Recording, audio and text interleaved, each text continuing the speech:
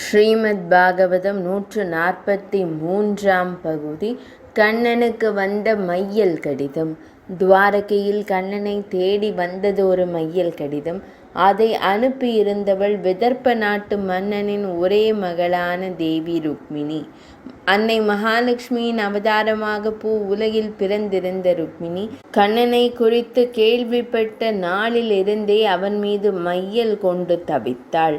விதர்ப்ப நாட்டு சபைக்கு வரும் பெரியோர்கள் பகவான் ஸ்ரீ கிருஷ்ணரை குறித்து புகழ்ந்து அவருடைய சிறப்புகளை குறித்து விவரிக்கும் போது மெய்மறந்து கேட்டுக்கொண்டிருப்பாள். தனது குல தெய்வமான கௌரி தேவியிடம் அவள் வேண்டுவது ஒன்றே ஒன்றுதான். தாயே தயாபரி, பிரபு கிருஷ்ணரையே எனக்கு கணவராக திருமணம் முடித்துவை. தேவி ருக்மிணியின் இந்த விருப்பத்தை கேள்விப்பட்ட போது தந்தை பீஷ்மகரும் தாயும் கூட ஏற்றுக்கொண்டு விட்டனர். அவளின் 5 தமையன்களான ருக்மி, ருக்மரதன், ருக்மபாகு, ருக்மகேசன், ருக்மமாலி என்பவர்களுள் ருக்மியை தவிர மற்ற 4 தமையன்களும் கூட அவள் கிருஷ்ணனை திருமணம் செய்வதற்கு மறுப்பு கூறவில்லை. ஆனால் மூத்தவனான ருக்மி மட்டும் ருக்மிணியின் விருப்பத்தை ஏற்றுக்கொள்ள மறுத்தான். அரச மகளான தன் சகோதரி மாடு மேய்க்கும் குலத்தில் பிறந்தவனை திருமணம் செய்து கொள்வதில் அவனுக்கு விருப்பமில்லை. அது மட்டும் காரணமல்ல, பகவான் ஸ்ரீ கிருஷ்ணரை எதிரியாக கருதிய தனது நண்பன் சிசுபாலனுக்கே ருக்மிணியை திருமணம் செய்து வைக்க ஆசை கொண்டான். ஆசைப்பட்டதுடன் நிற்காமல் சிசுபாலனுக்கு ருக்மிணியை நிச்சயம் செய்தும் முடித்து விட்டான். எவராலும் அவன் முடிவை மீற முடியவில்லை. ருக்மிணி தேவி இதை கேள்விப்பட்டதும் கலங்கி போனாள்.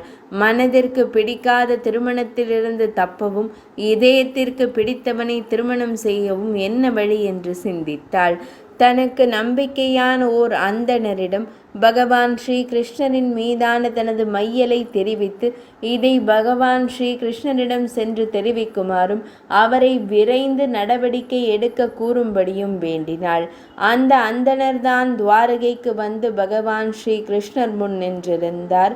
ருக்மிணி பகவான் ஸ்ரீ கிருஷ்ணரிடம் கூறும்படியாக தெரிவித்திருந்த மையலை அவளின் வார்த்தைகளாகவே கூறத் தொடங்கினார்.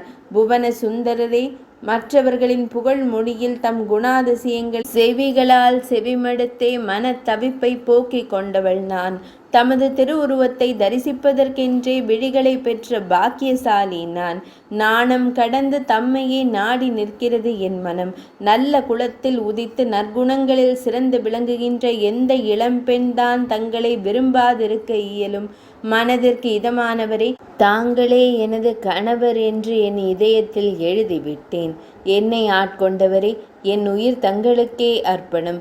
எனவே தமக்கு உரியவளான என்னை தாங்கள் மனைவியாக ஏற்றுக்கொண்டு அருள் புரிய வேண்டும். சிங்கத்தின் இரையை நரி கவர்ந்து செல்வது போல உமக்கே உரியவளான என்னை வேறு யாரும் தீண்டலாகாது. 143ஆம் பகுதி நிறைவடைந்தது.